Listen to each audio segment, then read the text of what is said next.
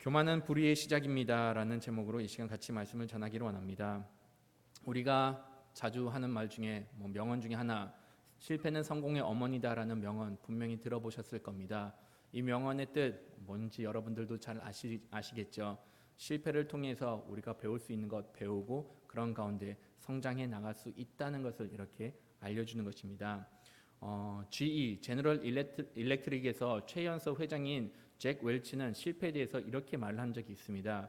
실패는 단지 성공으로 가는 하나의 과정이다. 실패에서 배우지 않으면 성공은 결코 불가능하다라고 이렇게 말을 했습니다. 한마디로 말해서 우리가 성공을 하려고 하면은, 우리가 성장을 하려고 하면은, 이 시대를 살아가는 가운데 정말로 지혜롭게 잘 살아가려고 하면은 이러한 가운데 실패를 꼭 경험해 볼 필요가 있다라고 이렇게 말을 한 것이죠. 물론 저도 이 말에 100% 공감을 합니다. 근데 여러분, 이 가운데서 실패를 하고 싶으신 분들 과연 몇 분들이 계실까요? 솔직히 실패를 하자고 하면은 실패를 안 하고 혹시 성공할 수 있는 방법이 무엇이 있을까? 만약 그런 방법이 있으면 차라리 그런 방법을 택하고 싶을 것이 보편적인 사람의 마음일 것입니다.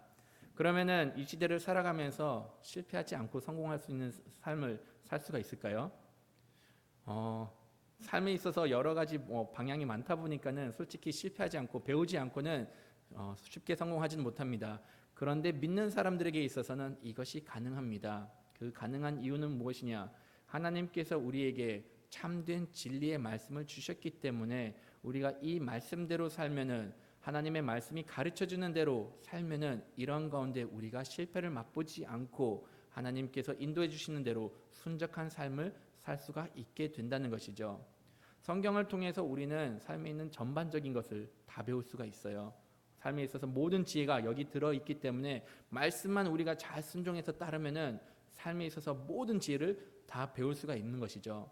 성경에서 가르치는 방법도 정말로 다양합니다. 우리가 이것을 지켜서 행하라라고 이렇게 직설적으로 가르쳐주는 반면, 때로는 특정한 인물들을 세워가지고 너희들은 이러한 모습을 담지 마라, 아니면 이러한 인물들을 세워가지고 그런 인물들을 반면 교사로 삼으면서 우리가 이러한 행동을 지향해야 되는 것을 이렇게 알려주고 있다는 것이죠. 단순하게 사람뿐만이 아닙니다. 때로는 나라를 선택해가지고 너희들이 이런 백성은 되지 말라라고 이렇게 언급을 하고 있습니다. 이사야서를 보면은 이런 나라들이 많이 등장을 해요. 어떤 나라들은 이렇게 등장을 하면서 너희들은 이러한 모습을 지니지 말고 이러한 모습을 대해서 나의 긍휼을 다시 누리기를 원하기를 원한다라고 이렇게 말하는 반면, 때로는 이사야서 말씀을 보시면은 이런 나라들은 이러한 일들로 인해서 하나님의 영원한 저주, 영원한 심판을 받게 될 것이다라고 이렇게 알려주고 있는 겁니다. 그럼 이사야서에서 나온 나라들 중에서 혹시 영원한 심판 아니면 하나님의 영원한 형벌을 받는 그런 나라 떠오르는 나라가 있나요? 있으신가요? 예, 말을 이렇게 아끼시는 것 같은데 성경에서 두 번째로 가장 많이 언급되는 나라입니다. 어느 나라인가 하면은 바로 바벨론이라는 나라입니다.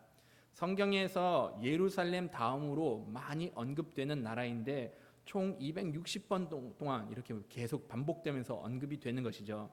근데 이 바벨론이라는 나라, 어떻게 보면 예루살렘보다 훨씬 더 전에 언급이 되는데, 창세기에서부터 시작해서 바벨탑 사건으로부터 시작해서 바벨이라는 지역이 인명이 한번 언급이 되고, 그리고 성경 끝날 때까지 요한계시록에서 바벨론이라는 나라가 계속 언급이 된 겁니다.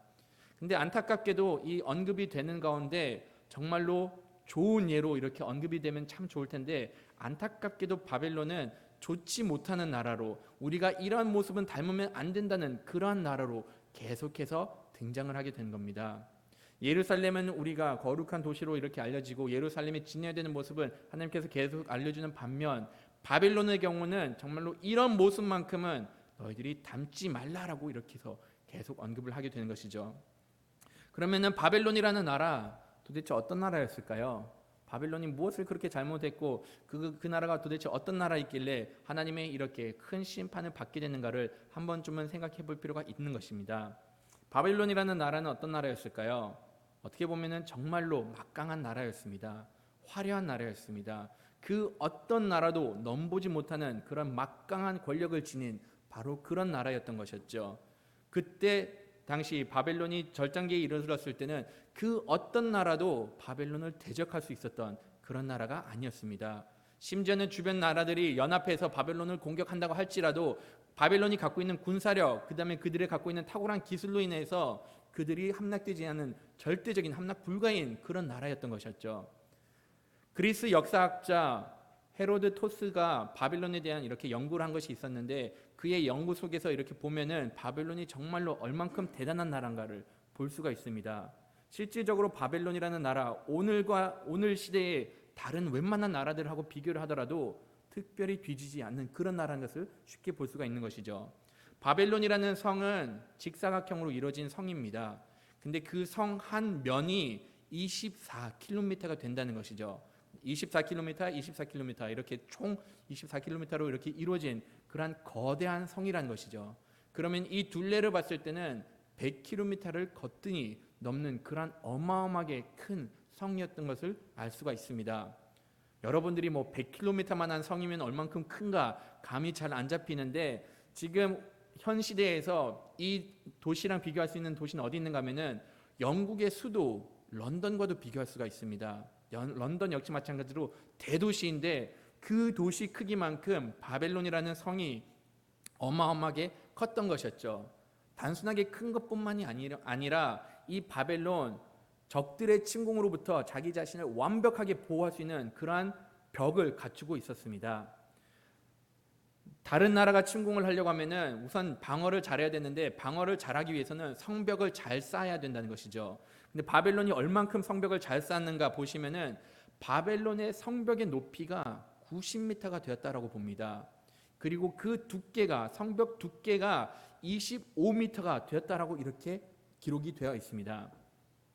90m라는 높이 잘 감이 안 잡히실 거예요. 이 모함 미래도 아파트가 한 22층인가 24층 되시죠. 90m는 아파트 높이 30층이 되는 겁니다. 그러면은 여기 뒤에 있는 아파트들보다 한 거의 6, 7m가 더 높을 정도로 크다는 것이죠. 그 다음에 더 나아가서는 그 두께가 25m라고 하는데, 이 벽 두께는 보시면은 8차선 도로로 이렇게 생각을 하시면 됩니다. 8차선의 도로인 어마어마한 두께의 성벽을 이루었던 것이죠. 뭐 참고를 하자고 하면은 경부고속도로 평균 넓이가 보시면은 22.4m입니다. 그러면 경부고속도로보다 더 두꺼운 성벽을 갖고 있었던 것이 바로 바벨론의 성벽이었던 것이었죠. 이런 어마한 큰 규모와 어마한 성벽을 지니고 있었던 나라다 보니까는 그 어떠한 나라도 바벨론을 침공할 수 있을 거라 생각하지 않았습니다. 그것뿐만이 아니라 문명 역시 발달되어 있었던 곳입니다. 세계 7대 불가사의 중에 하나인 공중정원이라는 것이 있습니다. 바벨론에서 이 공중정원을 건축한 바로 그러한 도시였습니다. 문명, 그 다음에 기술력, 경제력, 그다음 군사력, 어느 한 부분에서도 이렇게 뒤지지 않는 그러한 거대한 성이었던 것이었죠. 이러한 거대한 성에 대해서 근데 하나님의 말씀이 선포되는데, 이 거대한 성 내가 망하게 할 것이다 라고 이렇게 하나님의 말씀으로 선포를 해 주십니다. 절대로 망하지 않을 것 같은 나라, 이 나라가 망하게 될 것이다 라고 예언을 하시는데, 이 예언을 주셨던 시점도 어느 시점이었는가? 바벨론이 나라로 성장하기도 이전에 하나님께서는 이러한 나라가 생길 것이고 이러한 막강한 힘을 지니게 될 것인데, 내가 이 나라를 아예 멸해 버리겠다라고 이렇게 말씀을 해주셨습니다. 이 말씀이 11절하고 12절에 잘 기록이 되어 있는데, 어떻게 멸하실 것인가 같이 한번 읽어보도록 하겠습니다. 내 영화가 스올에 떨어졌으며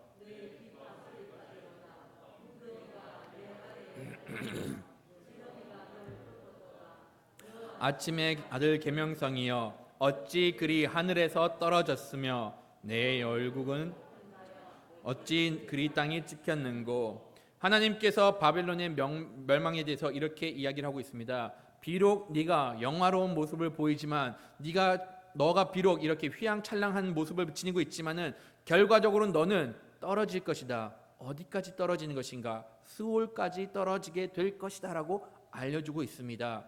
스올이라고 하면은 그냥 우리가 쉽게 이해하자고 하면은 지옥까지 떨어지게 될 것이다 라고 이렇게 이야기를 하고 있습니다. 바벨론의 추락이 어디까지 이어질 것인가 하면은 비파 소리마저도 구덩이 아래 이렇게 깔리게 될 것이다라고 알려주고 있습니다. 노래 소리마저도 없어질 것이고 구더기가 기어다니는 그 소리로 그것이 덮여버릴 것이다라고 이렇게 이야기를 하고 있습니다.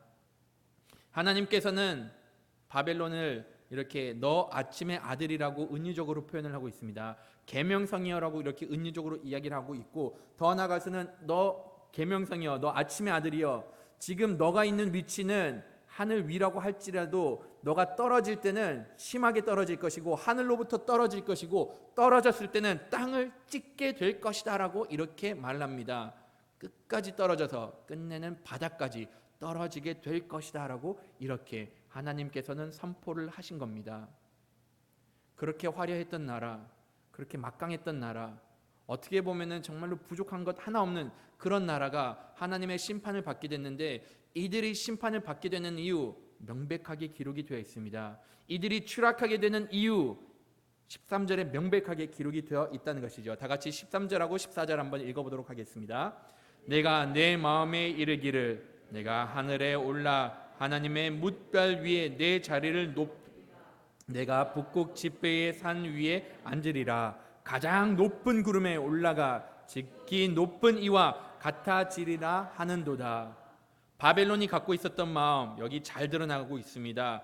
그 마음 속에서는 이러한 마음이 있었던 것이었죠. 내가 하늘까지 올라가고 하나님 위에 내 자리를 놓겠다라고 이렇게 말을 한 겁니다. 내가 달리 말하면은 하나님보다 더 높은 사람이 되겠다, 더 커지겠다라고 이렇게 말을 한 것이죠. 14절에도 이것이 잘 나와 있는데, 구름 위에 올라가 지극히 높은 이와 같아지리라. 마치 내가 하나님과 같아지겠다라고 고백을 한 겁니다. 이 높음, 자기 자신의 교만함을 드러내는 것, 이것이 어느 정도인가 하면은 보시면은 별 위에 북극 지폐의 산 위에 앉으리라라고 이렇게 이야기를 하고 있습니다. 이 북극 지폐라고 이렇게 표현한 것은 이제 이때 당시 사람들이 신들을 두고 이렇게 이야기를 하고 있는 거예요. 그 신들 가운데서 산 위에 앉겠다는 거, 내가 모든 이보다 내가 더 뛰어난 이가 되겠다라고 이렇게 고백을 한 겁니다. 지금 바벨론의 마음은 교만의 극치에 달하다 보니까는 하나님도 보이는 것이 없고 이 세상의 어떤 것들도 자기보다 다 밑에 있는 것이고, 자기의 교만함이 드러남으로 인해서 하늘 끝까지 올라가겠다고 이렇게 마음가짐을 가졌던 겁니다.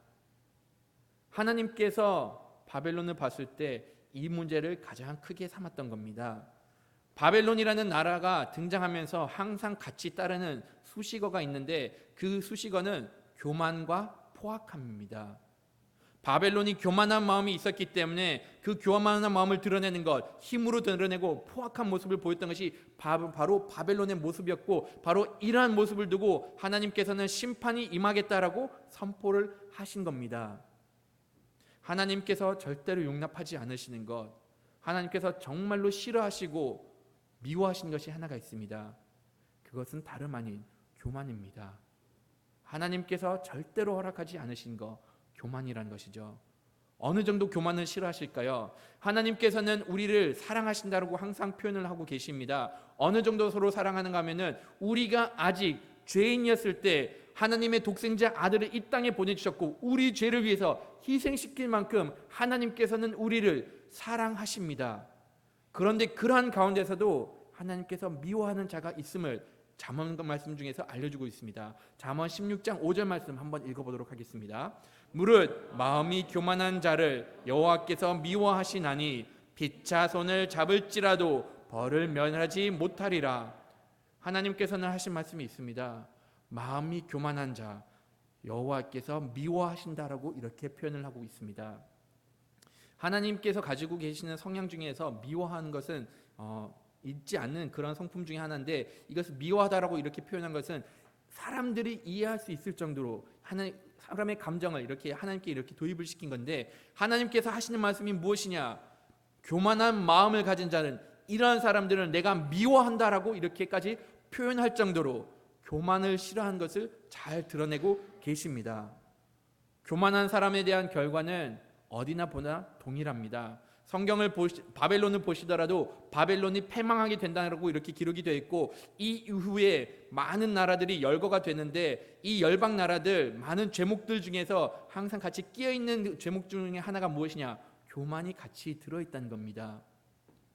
교만한 마음이 있었기 때문에 이들은 끝내 하나님의 심판을 받게 됨을 알려주고 있습니다. 단순하게 바벨론뿐만이 아니라 또 이렇게 교만한 모습을 대표적으로 드러낸 나라가 하나 더 있습니다. 어느 나라인가 하면은 두로라는 나라입니다. 에스겔에서는 두로에 대한 심판을 이렇게 이야기를 하고 있는데, 두로 역시 마찬가지로 교만한 마음이 있어서 하나님의 심판을 받게 된다라고 에스겔 말씀에서는 기록이 되어 있습니다. 두로는 어떤 나라였을까요? 여러분들도 두로라는 나라 분명히 들어봤을 겁니다. 다윗과 솔로몬을 통해서 들어볼 수가 있게 되는데, 무역을 통해서 부를 쌓아나갔던 그런 나라입니다. 기술도 탁월했고 자신들이 갖고 있었던 자원이 풍부하였기 때문에 이러한 자원들을 해안 도시로 인해서 이렇게 다 수출을 하면서 무역을 통해서 어마어마한 부를 이렇게 쌓은 그런 나라입니다. 두로라는 나라는 그때 당시 이제 하나의 섬으로 이렇게 이루어졌는데, 섬으로 이루어지다 보니까는 주변 국가들로부터 침공도 받지 못하는 그런 나라였습니다. 더 나아가서는 이게 해변 도시다 보니까는 정말로 아름다운 그러한 도시였던 것이었죠. 근데 바로 이러한 모습을 보였기 때문에 하나님께서는 이러한 모습들 가운데 그들이 교만한 모습을 보였기 때문에 이들이 다시금 하나님의 심판을 받게 된 것을 말씀해 주십니다. 하나님께서 이들에게 심판을 당했을 때 마치 어떤 사람과 이렇게 비교를 하게 되는데, 다 같이 에스겔 28장 13절에서 25절 말씀 한번 읽어보도록 하겠습니다.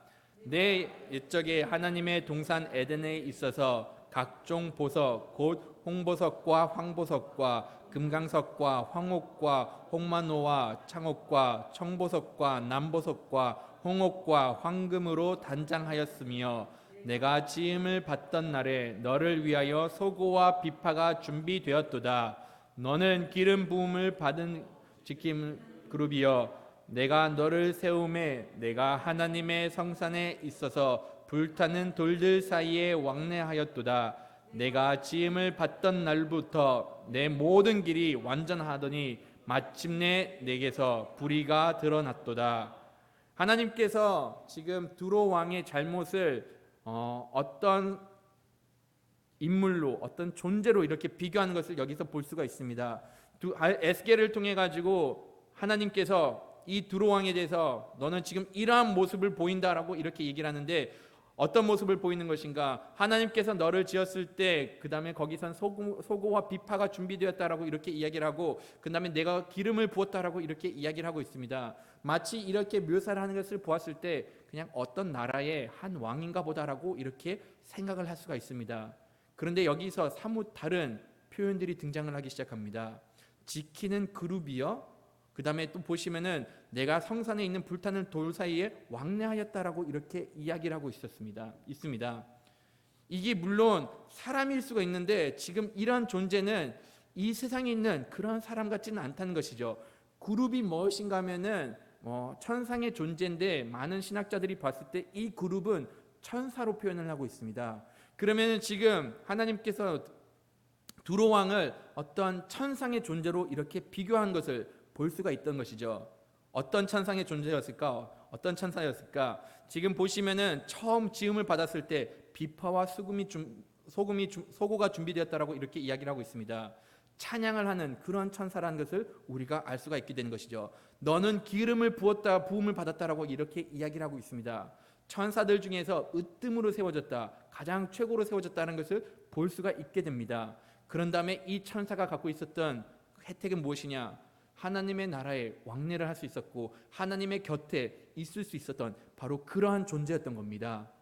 물론 하나님의 나라에 천사가 되게 많은데, 지금 하나님께서는 단순하게 어떠한 천사를 두고 이야기하는 것은 아닙니다. 지금 보시면은 13절 초반 부분을 보시면은 내가 옛적에 하나님의 동산 에덴에 있었다라고 이렇게 이야기를 하고 있습니다. 이 천사와 같은 존재, 하나님께서 에덴 동산을 만들었을 때 그때도 있었다라고 이렇게 이야기를 하고 있습니다. 자, 그러면은 이것은 대개 한 사람으로 이렇게 좁혀져 간 것을 볼 수가 있게 되는 것이죠. 왜냐? 에덴 동산에는 그렇게 많은 사람들이 있지 않았거든요. 에덴 동산에 누구 있었죠? 아담과 하와. 또 혹시 누가 있었는지 기억하시나요? 사람은 아닙니다. 뱀이 있었습니다. 그렇죠. 뱀은 지금 뭘로 이렇게 표현을 하고 있는 것이죠? 사탄으로 표현을 하고 있습니다. 지금 천사를 두고 이야기를 하는데 정작 이 천사가 어떤 모습을 지니고 있는가? 사탄이 됐다라고 이렇게 알려주고 있습니다. 두로왕의 교만함, 두로왕의 잘못을 누구와 비교를 하는가 하면은 바로 사탄과 이렇게 비교하는 것을 볼 수가 있게 됩니다. 하지만 이것은 단순하게 두로왕을 두고 이렇게 교만은 두로왕만을 두고 이렇게 이야기하는 것이 아니라 나중에 보시면은 에스겔 역시 이사야서 역시 마찬가지로 바벨론의 왕조차도 이렇게 표현을 하고 있는 것을 보게 됩니다. 이들의 불이 어떻게 표현되고 있는가? 다 같이 17절 말씀 한번 읽어보도록 하겠습니다. 내 아름다움으로 마음이 교만하여 내가 영화로움으로 내 지혜를 더럽혔으며 내가 내 땅에 던져 구경거리가 되게 하였도다. 두로 왕이 보시면은 이렇게 아름답게 만들어졌고 그 천사가 아름답게 만들어졌고 했는데 문제는 15절 후반 부분에 불의가 드러났다라고 이렇게 이야기를 하고 있습니다. 그 드러난 불의가 무엇이냐? 17절에 나와 있는데 교만함이다라고 이렇게 이야기를 하고 있었던 겁니다. 교만한 마음이 있어서 결국에는 천상의 존재마저도 하나님을 대적하는 존재로 바뀌게 되고 사단으로 이렇게 표현을 하고 있음을 알려주고 있던 겁니다.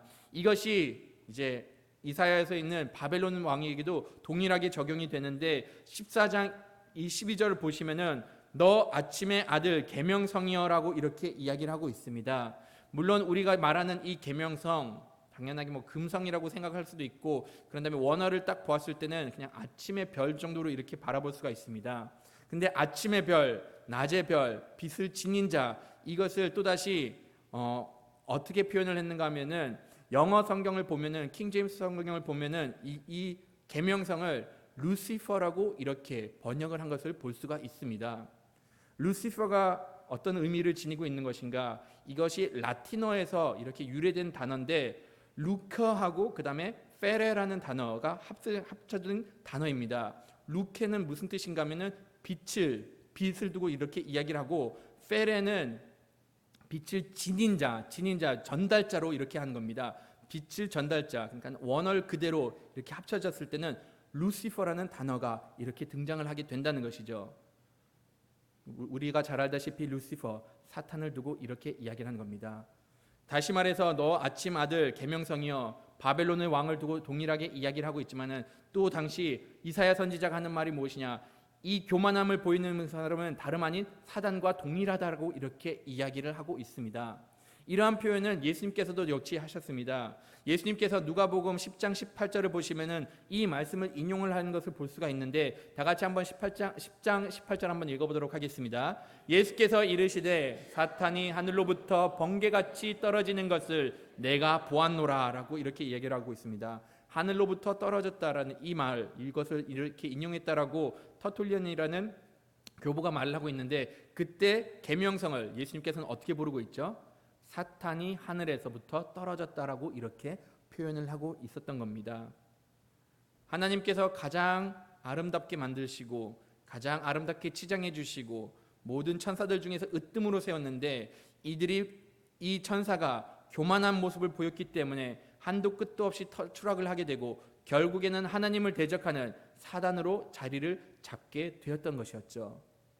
바로 교만으로 인해서 이렇게 추락하게 되었던 겁니다. 교만이라는 것이 도대체 무엇일까요? 여러분들이 알고 있는 교만 어떤 것들이 떠오를까요?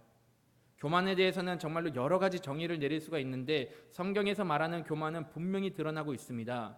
교만은 무엇인 것인가? 내가 하나님보다 더 높아진 것이 이것이 교만인 겁니다. 하나님께서는 우리를 창조하셨고 우리는 그의 피조물이고 피조물로서는 하나님께서 말씀하신 것을 순종하고 따르는 것이고 내 위에 항상 하나님이 계신다는 것을 인지하고 있는 것인데 교만하게 되는 순간 내가 하나님과 같아지리라, 나의 자리는 하나님보다 위에 있다라는 것을 이렇게 고백하는 것이 바로 교만이라는 겁니다. 이런 교만을 하게 되면은 더 이상 주변 사람들의 말을 듣지 않게 됩니다. 이런 교만을 하게 되면은 모든 것이 다 자기 중심으로 되는 것이고 자기가 갖고 있는 그 모든 것이 자신으로부터 왔다라고 이렇게 여기는 것이 바로 교만이라는 겁니다. 교만을 함으로 인하여서 하나님의 말씀에 불순종하게 되고 하나님의 말씀에 불순종함으로 인하여서 불의를 행하게 되는 것입니다. 삶에 있어서 죄악이 어디서부터 시작이 될까요? 우리가 언제부터 죄를 짓기 시작했을까요? 그것은 다름이 아닌 우리 마음에 교만이 자리 잡기 시작하면은 그 순간부터 우리는 죄악된 길로 걷게 되는 것입니다. 내 마음이 교만하기 때문에 더 이상 하나님의 말씀을 듣지 않습니다. 내 마음이 교만하기 때문에 하나님의 말씀조차도 내가 원하는 대로 해석하기 시작합니다. 하나님의 말씀 듣지 않는 것 불순종입니다. 불순종은 곧 죄악이란 겁니다. 하나님께서는 그래서 모든 사람들에게 항상 겸손한 마음을 지니라고 하고 더 이상 이러한 교만한 마음을 지니지 말라고 하고 교만한 사람에 대한 결과가 어떤 결과가 이뤄지는가 이사야서 말씀을 통해서도 알려주시고 그 이외에도 많은 말씀을 통해서 교만하지 말라라는 말씀을 전해주고 계십니다. 잠언 18장 12절 말씀 한번 읽어보도록 하겠습니다. 사람의 마음은 겸손은 종귀의 길잡이니라. 하나님께서 분명히 말씀하십니다. 교만한 마음을 갖고 있으면은 이것이 멸망하는 길에 선봉이 될 것이다. 앞장서는 앞잡이가 될 것이다 라고 이렇게 말씀을 해주고 계십니다. 사단은 자기가 높아지려고 교만한 마음이 있어서 자기 자신을 드러내려고 해서 결국에는 망하게 된 겁니다. 이것이 근데 하나님의 나라의 진리라고 받아들이시면 됩니다. 교만하여서 내 자신을 높이려고 하는 순간 하나님께서는 그 사람을 끄집어 내리십니다. 반면 내가 낮아지고 내가 겸손해지면 질수록 하나님께서는 그 사람을 더 들어세우시고 그 사람을 더 귀히 사용하십니다. 예수님께서 이것을 동일하게 누가복음에서 말씀하셨는데 무릇 자기를 높이는 자는 낮아지고 자기를 낮추는 자는 높아지리라라고 예수님께서도 이렇게 말씀해 주셨습니다. 사단은 끝없이 올라가려는 반면 그는 추락하게 되었고 거기에 비해서 예수님은 어떻게 됐죠? 예수님은 자기 자신을 낮추시고 자기의 하나님의 신분조차도 내려놓고 이 땅에 오셔서 목숨까지 내어주시면서 우리를 섬김으로 인하여서 가장 존귀한 사람으로서 기록이 되는 것을 우리가 볼 수가 있습니다. 빌립보서 2장 8절 말씀에서 9절 말씀 한번 같이 읽어보도록 하겠습니다. 자기를 낮추시고 죽기까지 복종하셨으므로 곧 십자가에 죽이심이라. 이러므로 하나님이 그를 지극히 높여 모든 이름 위에 뛰어난 이름을 주사. 예수님에 대해서 이렇게 말씀하고 있는데 예수님께서는 겸손한 마음을 지니셔서 하나님의 말씀을 복종하셨습니다. 어디까지 복종하셨죠? 죽기까지 복종하셨습니다. 그러므로 인해서 하나님의 말씀에 이렇게 끝까지 순종함으로 인해서 하나님께서 그의 이름을 모든 이름 위에 뛰어난 이름으로 세우셨습니다. 예수님과 사단 너무나도 대조적이죠. 사단은 교만한 마음으로 자기 자신을 드러낼 때 오히려 낮아지고 하나님의 영원한 심판을 받게 되고 예수님은 자기 자신을 낮췄을 때 하나님께서 이렇게 들어 쓰신다는 겁니다. 사단이 교만한 마음으로 사람을 미혹하는 것 이것은 예나 지금이나 항상 같습니다. 사단이 처음 아담과 하와를 유혹했을 때 어떻게 유혹을 했었죠? 창세기 3장 5절을 보시면은 이것이 잘 기록이 되어 있는데 창세기 3장 5절에 너희는 그것을 먹는 날에는 너희 눈이 밝아져 하나님과 같이 되어 선악을 알 줄 하나님이 아심이라라고 이렇게 이야기를 하고 있습니다. 처음에 이렇게 등장하는 말은 무엇이냐? 너희들 이거 먹어도 되는 것이냐 안 되는 것이냐? 먹어도 상관이 없다라고 이렇게 이야기를 합니다. 그러면서 은근슬쩍 밀어넣는 것이 뭐죠? 너희들이 이거를 먹었을 때 하나님과 같이 된다라고 이렇게 알려주고 있습니다. 이사야서에 나왔던 말씀과 동일합니다. 하나님과 같이 높아진다. 그런 마음을 사람에게도 이렇게 심어준 겁니다. 너가 마치 하나님같이 될 수가 있게 될 것이다 라고 알려주었습니다. 이러한 교만한 마음 가진 사람 하나님께서는 반드시 심판하십니다. 자기 자신을 높이는 사람 하나님께서는 분명히 말씀하십니다. 추락시키실 거라고 말씀을 해주십니다. 좀 전에 우리가 읽었던 말씀 누가복음 10장 18절 이것을 보시면은 예수님께서 이르시되 사단이 하늘로부터 번개같이 떨어질 것이다 라고 이렇게 말씀하셨습니다. 예수님께서는 사단이 떨어지는 것을 보았습니다. 근데 어떻게 떨어졌죠? 번개와 같이 떨어졌다라고 말씀을 하십니다. 번개는 빛의 속도입니다. 자기가 절대로 떨어지지 않을 것 같은데 하나님께서 교만한 사람을 보아서 떨어뜨린다라고 마음을 먹으시고 심판을 하시면은 추락은 번개와 같이 눈 깜짝할 사이에 추락하게 되는 것을 알려주신 겁니다. 이것은 오늘날에도 볼 수가 있어요. 지금 우리 주변에서 보시면은 교만한 사람 정말로 많이 볼 수가 있습니다. 유명인사들, 지도자들, 이런 사람들 가운데 교만한 모습을 보이는 사람들이 있는데, 그런 사람들의 교만한 모습 결말은 어떻게 되죠? 정말로 그들의 나중에는 교만한 모습을 보였을 때 수치심을 당하는 것, 그다음에 그들이 사왔던 그 모든 업적이 흔적과 같이 없어지는 것, 오늘날에도 쉽게 볼 수가 있습니다. 가장 대표적인 예로 교만한 모습을 보이든지 아니면 자기 자신을 드러내는 사람, 어디를 한번 비유를 할 수가 있을까요? 최근에 미국을 보시면은 미국에서 정말로 자랑했던 것이 하나가 있었습니다. 대통령이 바뀌면서 그 대통령이 자랑했던 것이 무엇이냐? 우리 경제 성장을 두고 엄청나게 자랑을 했습니다. 자기가 대통령이 됨으로 인해서 우리 경제가 어느 정도 성장했는 것인가, 여태까지 경험하지 못한 그런 놀라운 성장을 했다라고 이렇게 자랑하는 모습을 보았습니다. 그런데 코로나 바이러스가 터진 이후로 어떤 일들이 벌어졌죠? 여태까지 미국이 이렇게 마이너스 성장한 적이 없었다라고 이렇게 말할 정도로 마이너스 30% 이상 성장했다라고 이렇게 합니다. 하나님께서 교만한 모습을 보았을 때, 하나님께서 보았을 때 자랑거리를 내세웠을 때는 하나님께서는 우리가 생각지도 못한 일들을 일으키시면서 그 교만한 모습을 순식간에 꺾는 것을 보게 된다는 겁니다. 우리가 이 세대를 살아가면서 자랑하기가 너무나도 쉽습니다. 그리고 우리가 살고 있는 이 시대 가운데서는 오히려 자랑하는 것을 당연시 여기고, 그럼 자랑하는 가운데 교만한 마음을 저절로 심게 만드는 것이 바로 우리가 살고 있는 이 시대라는 것을 여러분들이 꼭 기억하기를 원합니다. 인터넷을 통해서, SNS를 통해서 많은 사람들이 하는 것은 무엇이냐? 자기 자랑하는 것을 정말로 손쉽게 하고 있습니다. 페이스북 아니면 인스타그램, 그런 것을 많이 보시면은 자기 자랑거리를 넣는 것이 거의 태반입니다. 나는 오늘 이거를 먹었어, 나는 오늘 이 물건을 샀어, 지금 나는 여기서 놀고 있어, 자랑을 하는 겁니다. 그리고 나서 그런 자랑을 올릴 때마다 사람들은 어떻게 반응하죠? 정말로 부럽다, 내가 정말로 그 자리에 있었으면 좋겠다라고 이렇게 계속 댓글을 답니다. 그러한 댓글을 읽는 가운데 마음 가운데는 저절로 교만이라는 마음이 싹트기 시작한다는 겁니다. 이러한 마음을 가졌을 때 분명히 알아야 되는 것, 교만한 마음을 가졌을 때 하나님께서는 그 교만한 자를 가만히 두지 않으시고 추락시킨다라고 말씀을 하신 겁니다. 우리가 이 시대를 살아가면서 조심해야 될 것은 무엇일까요?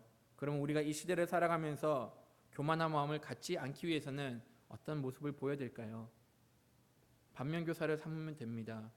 바벨론과 도로라는 나라가 보였던 그러한 모습은 우리가 안 보이면 된다는 겁니다. 두로는 먼저 자신의 아름다움을 놓고 교만하여졌습니다. 지금 이것을 우리나라 이 현실로 이렇게 바로 적용을 할 수가 있을 것인데, 우리 외모 가지고 더 이상 자랑하지 않았으면 좋겠습니다. 우리가 갖고 있는 것으로 자랑하지 않았으면 좋겠습니다. 이 모든 것 다 하나님께서 주신 것입니다. 하나님께서 주신 것이기 때문에 오히려 겸손한 마음으로 우리가 누리고 있는 것을 다시금 하나님께 영광을 돌리는데 사용을 해야 된다는 것이죠. 하나님께서 우리에게 주신 권리가 있을 수가 있습니다. 그러면 그런 권리를 남용하는 것이 아닙니다. 그런 힘으로써 우리가 연약한 사람들을 도와주는 것이고 돌봐주는 것이 우리가 해야 할 일이라는 겁니다. 하나님께서 나를 특정 인물로 세우셨고 나에게 특별한 권위를 주셨으면 그 권위로서 나의 배를 채우고 내 자신을 드러내고 남을 짓밟는 데 사용하는 것이 아니라 하나님의 나라를 위해서 정의를 실현하는 데 사용을 해야 한다는 겁니다. 만약 이러한 모습을 보이지 않았을 경우는 그 결말은 정말로 초라하고 그 결말은 하나님의 심판밖에 없음을 말씀 가운데서 알려주고 있습니다. 다 같이 16절하고 17절 말씀, 이사야서 16절 17절 말씀 한번 읽어보도록 하겠습니다. 너를 보는 이가 주목하여 너를 자세히 살펴보며 말하기를 이 사람이 땅을 진동시키며 열국을 놀라게 하며 세상 성읍을 파괴하며 그에게 사로잡힌 자들을 집으로 놓아 아니하였던 자가 아니냐 하리로다.